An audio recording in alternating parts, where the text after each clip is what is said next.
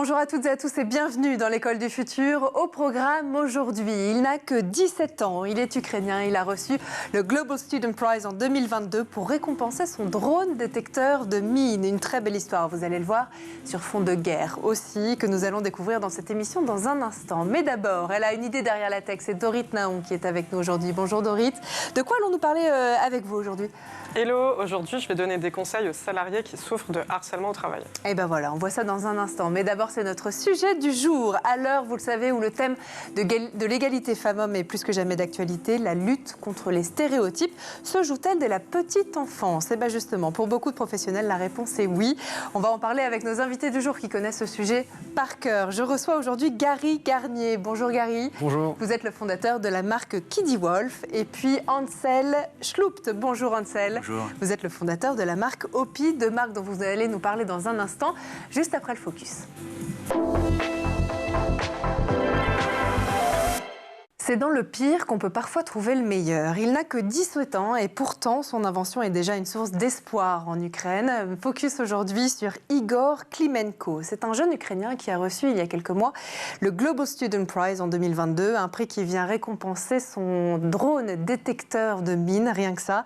Si tout se passe bien, les 100 000 $ obtenus grâce à ce prix devraient permettre de développer son activité et de déminer l'Ukraine en 3 ans contre 10 si ce drone n'était pas mis en place. Une belle histoire sur fond de guerre que nous raconte aujourd'hui Xavier Terrade. C'est sous des applaudissements mérités qu'Igor Klimenko a reçu le Global Student Prize 2022 fin septembre. Un prix que le jeune Ukrainien de 17 ans s'est empressé de brandir tout sourire en haut du Rockefeller Center à New York. Cette récompense s'accompagne d'une enveloppe de 100 000 $, une somme qui devrait lui permettre de créer son entreprise et de produire à grande échelle son drone détecteur de mines, pour lequel il avait déjà déposé 2 brevets. Il permet de donner l'emplacement des mines antipersonnelles à moins de 2 cm. D'après les autorités ukrainiennes, 23% du territoire aurait été miné par l'armée russe et il faudrait 10 ans pour réussir à tout déminer. Si son invention est mise à contribution, Igor Klimenko espère que l'Ukraine pourra être déminée en 3 ans. L'action d'un inventeur qui a passé plusieurs semaines réfugié dans sa cave en février 2022, au moment où la guerre a éclaté pour parfaire ses quadricoptères équipés de détecteurs. L'engagement de l'Ukrainien, membre de l'Académie mineure des sciences d'Ukraine, et la mise à profit de son talent pour protéger son pays ne date pas d'hier. En 2014, le jeune Igor n'avait que 11 ans quand la Russie a envahi le Donbass. Le petit garçon avait alors déjà l'idée d'un drone démineur. Malgré son jeune âge, l'enfant avait été à l'époque suivi par un laboratoire ukrainien. 8 ans plus tard, cette innovation de celui qui est désormais étudiant en sciences physiques et mathématiques pourrait s'avérer déterminante à l'échelle mondiale. 110 millions de mines étaient déjà enterrées à travers 60 pays dans le monde avant même le début de la guerre en Ukraine. Grâce au Global Student Prize, Igor Klimenko compte bien donner accès à sa technologie à d'autres pays. Un peu plus tôt, celui qui enseigne les mathématiques avait déjà reçu la médaille d'or dans la catégorie junior à la 21e exposition technologique de Malaisie. Il y avait présenté Quadcopter Mines Detector, invention qui a la lourde mission de reconstruire l'Ukraine et bien plus encore. Et voilà pour cette belle histoire du jour. Tout autre chose à présent, vous le savez, les stéréotypes ont la vie dure. Au rayon jouets, les filles et les garçons ne sont malheureusement pas tous logés à la même enseigne. Dans les magasins, les jouets sont encore bien souvent encore rangés par secteur. Vous le savez, une allée rose pour les filles avec des poupées et des dinettes, et puis une allée bleue pour les garçons avec des outils de construction et des jeux pour pirates. Depuis peu, en revanche, des jouets d'un nouveau genre, ou plutôt sans genre, ont fait leur apparition dans les magasins et on en parle tout de suite dans la première partie du talk.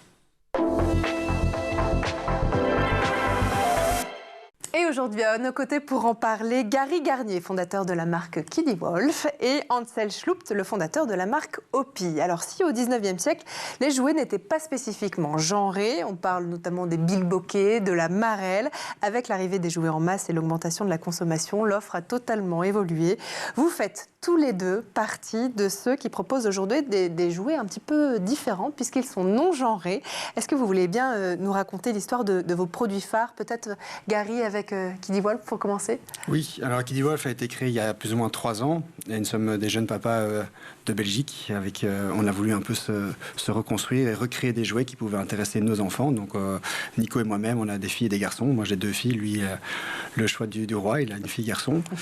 Et le but était vraiment de créer quelque chose qui nous paraissait utile. Donc on voulait vraiment créer des jouets éducatifs mais fun, donc vraiment allier les deux et qui soient vraiment communs à l'ensemble de nos enfants et qu'ils puissent échanger. Surtout le principe de l'échange, du partage était très important pour nous.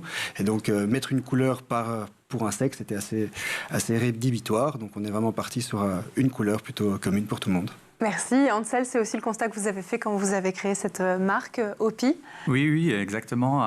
Nous, voilà, on fait des jouets éducatifs pour le bien des enfants et pour surtout leur développement.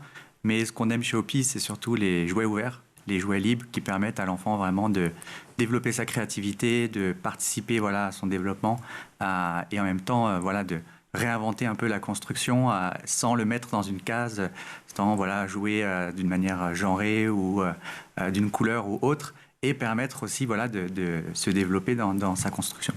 On a créé la société en 2018 avec mon frère, et dès le début, dans le but effectivement de faire des jouets qui ne sont pas genrés, qui permettent aussi à l'enfant de se développer et à comprendre aussi ce besoin sans vraiment être dans le jeu genré. Pourquoi c'était important pour vous justement ces jouets non genrés? C'est parce que vous aviez l'impression, vous avez fait le constat sans doute que les jouets genrés exacerbent les différences entre les filles et les garçons et ceux dès l'enfance? Oui, je pense qu'aujourd'hui, les enfants, ils sont vraiment, on va dire, bombardés, entre parenthèses, de codes. Ils sont très stéréotypés très, très rapidement. Et nous, notre rôle en tant que concepteurs de jouets, c'est d'essayer d'éviter ça et de leur laisser en fait à eux s'exprimer, la chance de s'exprimer. Donc mettre des jouets qui vont tout de suite les mettre dans une case, c'est assez dommage. Au contraire, ça ajoute de choisir si oui ou non ils vont partir sur des couleurs, si oui ou non ils vont partir sur des formes ou des constructions. Par exemple, notre jeu Stick, c'est un jeu qui va permettre, je vous le montre, de permettre à l'enfant de créer des personnages, etc. Si un petit garçon veut faire des fleurs, tant mieux. Si une petite fille veut faire un chien ou une voiture, c'est possible. Et ça, c'est intéressant. Et on essaie justement, à travers nos produits, d'éviter que ce soit le contraire, que le produit mette l'enfant dans le cadre. Donc c'est l'enfant qui choisit ce qu'il fait avec les produits, qui choisit finalement sa voix ou son identité. Pour ça, Gary, effectivement, est-ce que vous rejoignez Ansel? Est-ce que, par exemple, la couleur ou la forme des objets, des jouets est importante dans le fait qu'ils soient non-genrés? Alors, je suis d'accord. Après, nous, on n'a pas le même type de développement. Nous, on a des jouets qu'on utilise pour leur fonction primaire, donc des parties éducatives, de jouabilité, de partage. On n'est pas sur de la construction, mais on est d'accord sur le principe qu'on n'aime pas mettre les gens dans des cases et que tout le monde va choisir ce qu'il a envie de faire, de le faire comme il en a envie. Alors, d'après les études de Piaget, Vygotsky ou encore Winnicott, les enfants se construisent grâce au jeu. Et selon ces auteurs, les enfants développent leurs compétences et apprennent les valeurs, les normes et les règles sociales qui régissent ce monde aujourd'hui. Est-ce que ça signifie que, quelque part, le jouet n'a rien d'anodin, qu'il est en fait d'abord et avant tout un instrument de socialisation ? Pour nous, c'est très important. D'ailleurs, le but de développer nos jouets, c'est vraiment d'utiliser pour leur fonction primaire et ne pas essayer non plus de les pervertir dans du gaming ou de l'écran et de détourner le sens propre du jouet par quelque chose qui soit vraiment très, très néfaste pour leur développement. Nous, on fabrique nos jouets pour nos enfants. Donc nos premiers testeurs et Kobe sont les nôtres. Plus ils veulent les garder, plus on se dit qu'on a un bon filon ou alors une bonne approche.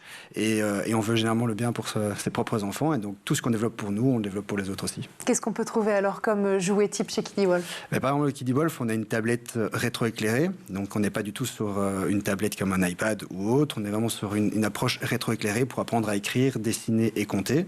Et on peut retourner la tablette. Et alors là, on a vraiment un tableau noir rétroéclairé avec des coloris qui peuvent réfléchir et qui va permettre à l'enfant de jouer sur sa créativité complète. À côté de ça, on a des appareils photo, mais ce sont des appareils photo qui prennent des photos et des vidéos et on peut customiser. Mais il n'y a pas de gaming dedans. Alors, où est-ce qu'on peut trouver vos jouets? Parce qu'on le disait, dans les magasins de jouets, il y a souvent une allée rose pour les filles, une allée bleue pour les garçons. Est-ce que vous avez créé une nouvelle allée dans les magasins ou où est-ce que vous êtes référencé aujourd'hui?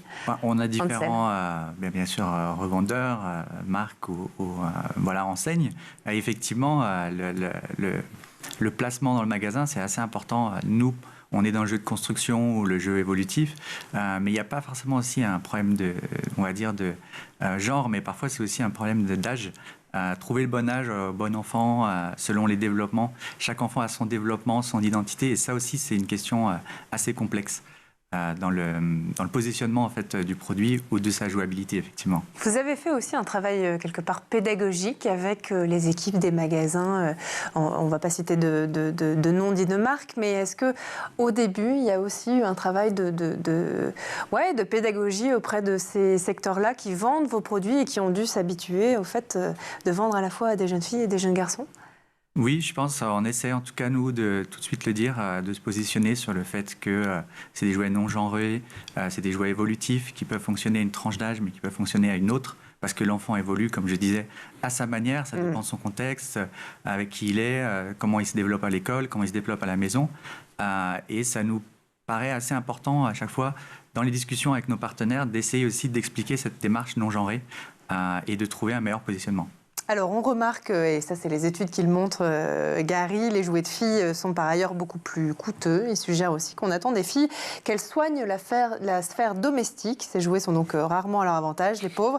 Le risque, c'est quoi? C'est qu'ils alimentent une prophétie autoréalisatrice, qu'elles contribuent à faire advenir ce qu'elles créent, tous ces jouets pour jeunes filles? Alors, je suis assez contre ce genre de choses. De base, j'ai 2 filles à la maison, donc je leur apprends à pouvoir tout faire. Et je pense que dans la mentalité, c'est qu'il n'y a pas un garçon fait plus qu'une fille ou une fille plus qu'un garçon. Et je pense que c'est ce que nous, on essaie de mettre chez Kiddy Wolf. C'est clair qu'il y a des stéréotypes, il y a une pression sociale, parfois un peu du passé qui reste là, mais c'est à nous à faire changer les choses en tant que parents et aussi en tant que créateurs de jouets. Donc c'est un travail sociétal presque, de pédagogie. On parlait de pédagogie auprès des revendeurs et des magasins. Sociétal, après, c'est peut-être un grand mot, et je veux pas dire que Kiddy Wolf arrive à ce niveau-là, mais en tout cas, nous, en tant que parents, on crée des jouets pour nos enfants et ça nous tient à cœur. Je pense quand même qu'il y a, comme le disait Gary, bien sûr l'envie de participer aux parents, enfin en tant que parent, participer au développement de l'enfant. Mais on a quand même, je pense que selon ce que vous disiez sur l'effet sociétal, une grosse responsabilité, parce que c'est quand même les premiers objets que les enfants ont dans les mains. Il y a une très grosse passation à travers ces objets. C'est là où vont se créer les premiers codes, les premières couleurs, les premières imitations de nos parents. Et ces jouets, ils ont quand même un impact assez important sur lesquels on doit aussi, nous, se responsabiliser en tant que concepteurs ou nouvelle marque qui apparaît et de, comme vous l'avez dit, faire de la pédagogie autant des revendeurs, mais je pense aussi des parents qui parfois aussi n'ont pas forcément la bonne information et doivent aussi comprendre comment l'enfant se développe et quel coach devrait utiliser dans les tranches d'âge ou les étapes clés sur leur développement. C'est vrai, et vous contribuez justement tous les deux à les informer. Ce que je vous propose, c'est qu'on continue à en parler juste après le tour de la planète tech. Images, vidéo, c'est le Zap et c'est l'œil d'Edouard Degnaud.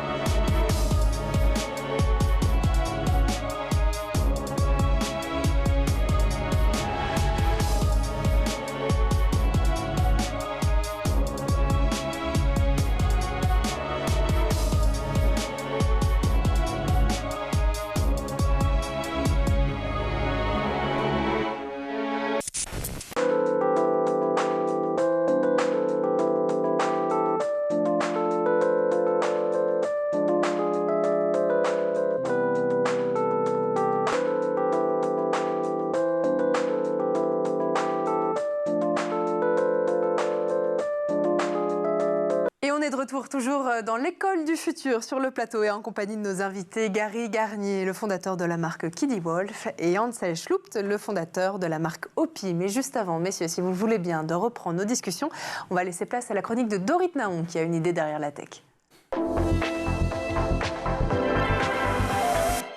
Dorit, aujourd'hui, vous allez nous donner des conseils aux personnes qui souffrent de harcèlement au travail. Ça représente déjà combien de personnes à peu près ?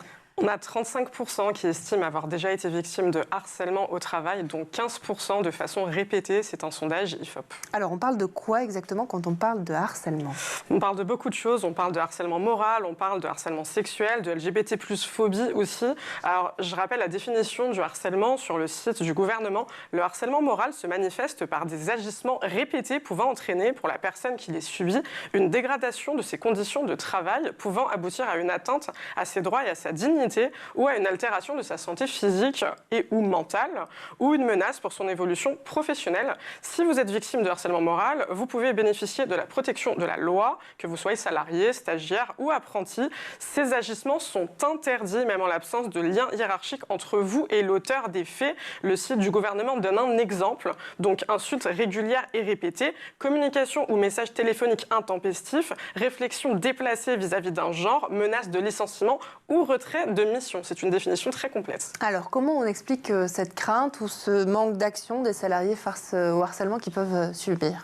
Déjà, ça s'explique par le manque d'information. On a 44% des salariés qui ne sont pas informés et on en a plus de 73% qui ne savent pas identifier une situation de harcèlement. 63% estiment que le gouvernement ne fait pas assez de prévention sur le sujet.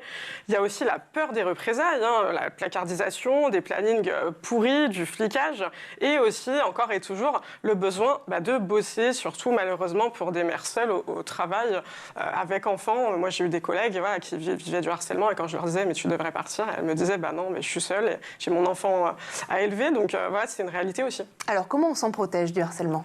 Déjà, s'écouter soi-même. Pour identifier une situation de harcèlement, c'est la première chose à faire. On a Élise Fabing qui conseille d'étudier son ressenti. Élise Fabing qui est avocate en droit du travail. Elle dit « c'est une question de tolérance personnelle. Ce que vous pourriez percevoir comme du harcèlement ne le sera pas forcément pour quelqu'un d'autre. Aussi, on peut demander et on doit demander des écrits, toujours par écrit, voilà, des faits qui peuvent se passer. Donc, je vais lire un extrait de l'article de Léa Taïeb pour les EcoStart qui résume cette situation. Donc, elle dit, quand on est harcelé, on constitue un dossier de preuves, celle qui révèle une ambiance de travail, un management dysfonctionnel. Et là, on revient sur Élise Fabing qui invite la personne harcelée à faire des écrits. C'est vraiment une avocate qui le dit, donc ça a vraiment du poids. Et elle rappelle qu'aujourd'hui, les écrits peuvent aussi bien correspondre à des mots sur des post-it qu'à des mails ou même des messages envoyés sur Slack, sur WhatsApp ou sur tout autre canal de communication. En plus des messages échangés, l'avocate recommande de conserver un maximum de documents relatifs à la vie de l'entreprise. Donc là, ça peut être agenda, notes internes, organigramme, bulletin de salaire. L'idée, en fait, pour étoffer sa défense, c'est aussi de demander à ses collègues ou ex-collègues de témoigner de la situation à l'écrit. On peut aussi et on doit alerter donc la DRH, la direction de l'inspection du travail. Là, on fait une lettre recommandée avec accusé de réception. Il y a aussi le médecin du travail qui est là, les syndicats ou même le défenseur des droits. Et évidemment, agir, que ça soit en médiation ou en procédure, on trouve un accord amiable ou alors on saisit le conseil des prud'hommes. Et je dirais aussi, bien sûr, de se renseigner. Donc là, je renvoie justement au livre d'Élise Fabing qui s'appelle « Un manuel contre le harcèlement en entreprise ». Donc elle donne les clés aux salariés pour pouvoir se défendre. Dans son livre, elle dira d'ailleurs « Le pouvoir, c'est le savoir ». Alors, c'est la peur de salir leur image qui pousse les entreprises à faire de plus en plus attention, à éviter justement ces situations de harcèlement. Qu'est-ce qu'on peut dire et de quoi ont-elles peur d'ailleurs ? On parle d'image, effectivement, on parle de marque employeur, on parle de visibilité, de notoriété, d'attraction des talents et surtout de réputation. Donc effectivement, tout ça est très contre-productif parce que les entreprises ont peur du bad buzz. On a des pages Insta comme Balance ta startup, Balance ton agency. On a les avis Google, les avis Glassdoor, les avis sur Indeed et même les posts LinkedIn qui peuvent vraiment ternir l'image d'une boîte. Et évidemment, l'impact business, parce qu'on est sur des problématiques de rétention des talents, d'attraction de nouveaux talents et la confiance des partenaires, des clients et donc là, ça touche aussi au chiffre d'affaires. Est-ce qu'il y a une erreur à ne surtout pas faire pour les salariés qui sont déterminés à aller jusqu'au bout? C'est hyper important. C'est mon avocate en droit du travail, justement, maître Lucille Romero, qui me l'a appris il y a quelques jours. Ne jamais signer une rupture conventionnelle si on compte attaquer son employeur au prud'homme. Jamais, jamais, jamais. Parce que ça veut dire renoncer à ses droits.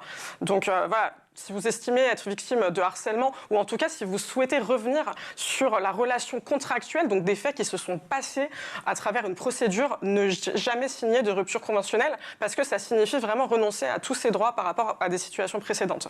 Donc voilà, retenez bien ça si vous comptez attaquer votre employeur au prud'homme. Le conseil de Dorit Naon. Merci beaucoup en tout cas pour cette chronique, Dorit. Et puis nous, on va parler d'un sujet un petit peu plus léger, des enfants et du jeu, tout de suite dans la deuxième partie du talk. Et on continue à parler de ce sujet avec nos deux invités du jour. Gary Garnier, fondateur de la marque Kiddy Wolf, et Ansel Schlup, le fondateur de la marque Opi. Alors Opi, est-ce qu'on peut dire que jouer, c'est du sérieux? Est-ce que c'est même indispensable au bon développement des enfants? Ah oui, c'est du sérieux et c'est indispensable. Sérieux parce que jouer, c'est très fun, c'est du plaisir. Mais derrière, comme on l'avait dit un peu avant, il y a beaucoup de choses qui se passent dans le développement de l'enfant, dans l'apprentissage, dans les fondamentaux, la concentration, la dextérité, la socialisation, comme vous l'aviez dit, jouer avec l'autre, partager. Et donc, on participe à quelque chose d'important. Et donc, nous, comme concepteurs, comme marque, c'est complètement sérieux. On a une responsabilité d'offrir ces produits dans les mains des enfants. Pour notre cas, c'est tellement sérieux qu'on travaille avec des spécialistes, des pédopsychiatres spécialisés, des ergothérapeutes, avec qui on va confronter nos conceptions et savoir si on va dans la bonne direction et si ça apporte justement ces fondamentaux sur lesquels on cherche à développer. Pour vous aussi, Gary, c'est important ce que vient de dire Ansel. Votre objectif, il n'est pas forcément d'occuper ou de divertir les enfants, mais d'aller plus loin, d'encourager leur développement physique, mental, émotionnel. Je suis tout à fait d'accord, et surtout des jeunes marques comme les nôtres, ou en tout cas comme la mienne, on doit aussi se différencier et notre but est d'apporter quelque chose au marché et apporter quelque chose aux enfants. Et on n'est pas des mainstream, donc on est plus de la niche, mais une niche un peu plus spécialisée et un peu plus prometteuse. Alors, vous avez tous les deux créé des jouets très design. On le voit avec effectivement la boîte que vous nous avez apportée, Ansel, avec des matières nobles comme le bois. Vous gagnez d'ailleurs de nombreux prix qui viennent récompenser vos designs. C'est quoi? C'est une inspiration issue de la méthode Montessori, Gary? Sur le dernier prix qu'on a gagné, alors c'est pas sur Montessori, mais on a aussi utilisé des spécialistes du marché. Donc on est parti avec des professeurs d'école. Donc on est venu sur une problématique, c'est comment apprendre à écrire et à compter et à dessiner tout en s'amusant. Et on arrivait à certaines difficultés. On n'arrivait pas toujours à trouver quelque chose d'utile et surtout amusant. Parce que l'apprentissage doit vraiment rester quelque chose de très ludique. Et donc on est parti avec les problématiques de parents et de professeurs. On s'est confrontés, on s'est mis autour d'une table et on a demandé ce qu'ils souhaitaient. Et avec ça, on est arrivé à notre kit Hydro Pro qui a gagné le prix du jouet de l'année cette année-ci. Alors, je parlais effectivement du bois, qui est une matière noble, matière très utilisée effectivement dans des jouets, notamment en lien avec la pédagogie Montessori. Vous, je vois ce que vous nous avez amené aujourd'hui. Ce jeu, il est fait en bois aussi. Pourquoi? C'est quoi? C'est une prise de conscience écologique? C'est parce que le plastique, c'est pas bien? Il y a les deux. Il y a le retour au traditionnel, ne pas oublier les jouets traditionnels en bois. Je pense que c'est les fondamentaux. Nous, on a joué avec ces genres de jouets quand on était plus petit et je pense que c'est important qu'on ait cette passation. Mais il y a aussi dans nos jouets une partie silicone, donc il y a le côté moderne. Et la combinaison des deux fait une certaine attente aujourd'hui des parents, des jeux colorés, mais des jeux en bois, la tradition, la modernité.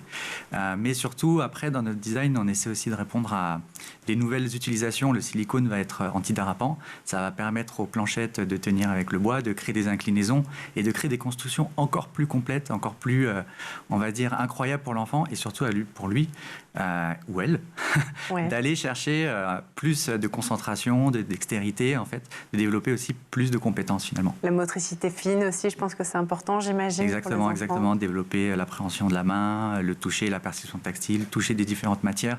C'est important qu'on puisse donner en fait toutes ces choses dans les mains des enfants assez tôt pour qu'ils puissent explorer, parce que l'exploration c'est aussi un thème assez important. Effectivement. Gary, est-ce que vous diriez que le retour à du Made in France, à des jouets en bois comme ceux d'Ansel, effectivement, des jeux pédagogiques, des jouets non genrés aussi, on en parlait en première partie, est-ce que c'est un simple effet de mode ou un changement dans les modes de consommation des parents et des familles?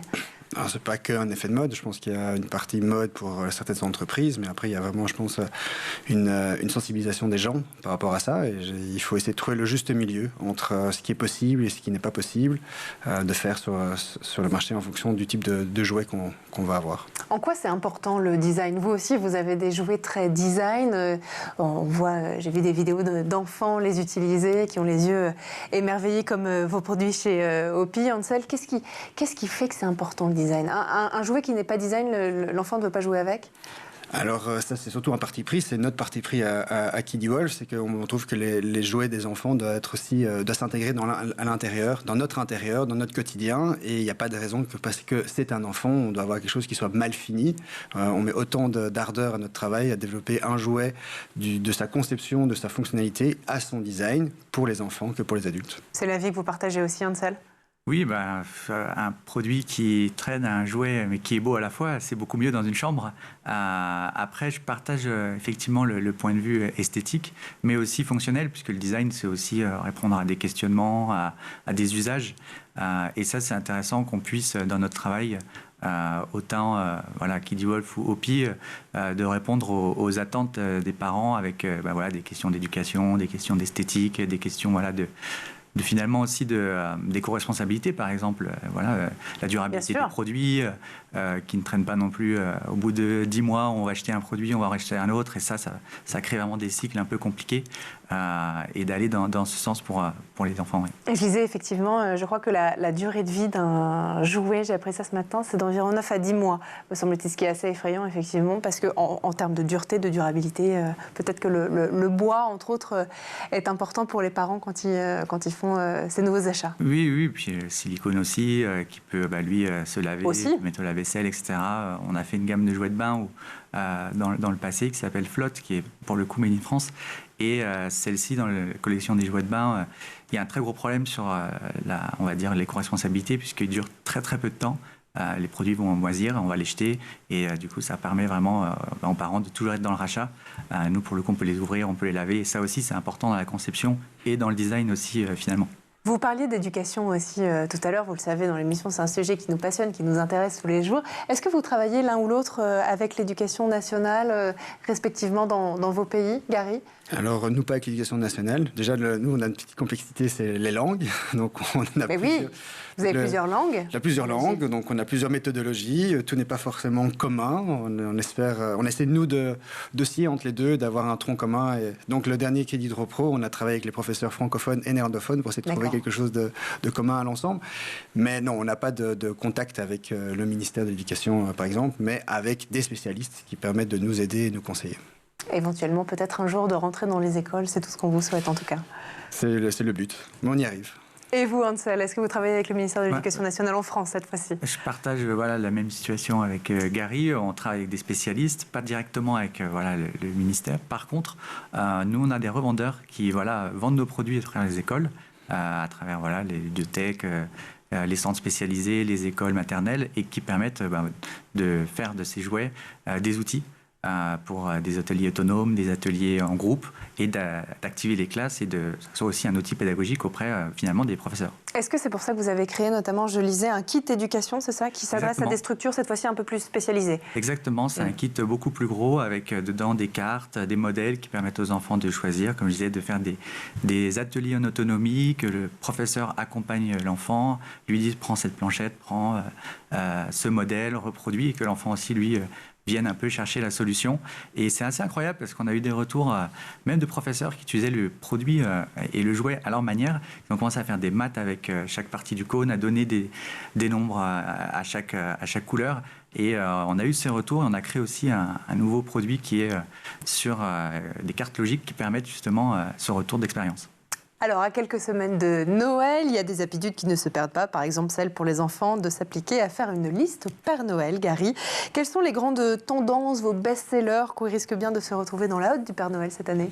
Alors, nous, on en a plusieurs. On a le kit KidiDrawPro qui fonctionne assez bien. On a l'appareil photo, le nouveau kit Talkie. On a aussi un réveil éducatif et évolutif. Donc, on revient vraiment sur le principe d'évolution. Donc, on peut changer le cadran sur une première partie apprentissage de l'heure jusqu'à une partie beaucoup plus décorative. Qu'on voit à l'écran. Hein.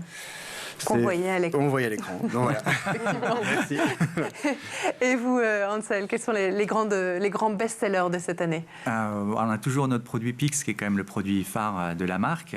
On a Styx, qui est quand même notre nouveauté de cette année, qui est un jeu évolutif, créatif, où on va créer beaucoup de personnages, beaucoup plus dans la concentration et la créativité. Et on à Stack une petite tour de construction pour le premier âge, les premiers apprentissages de concentration, qui marchent très bien aussi et qui sont nos deux nouveautés de cette année pour la haute du Père Noël. Et ben voilà, on va appeler le Père Noël et puis on va dire voilà, quelques idées pour les enfants. Vous l'aurez compris, il n'y a pas de jouets pour les filles et pour les garçons, mais des jouets tout simplement. Et voilà le motto de nos deux invités. Gary Garnier, fondateur de la marque Kiddy Wolf. Merci d'avoir été avec nous.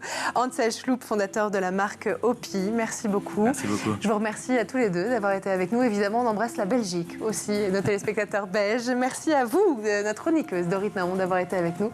Et puis nous, on se retrouve très vite, dès demain, dans l'École du Futur. Bonne journée.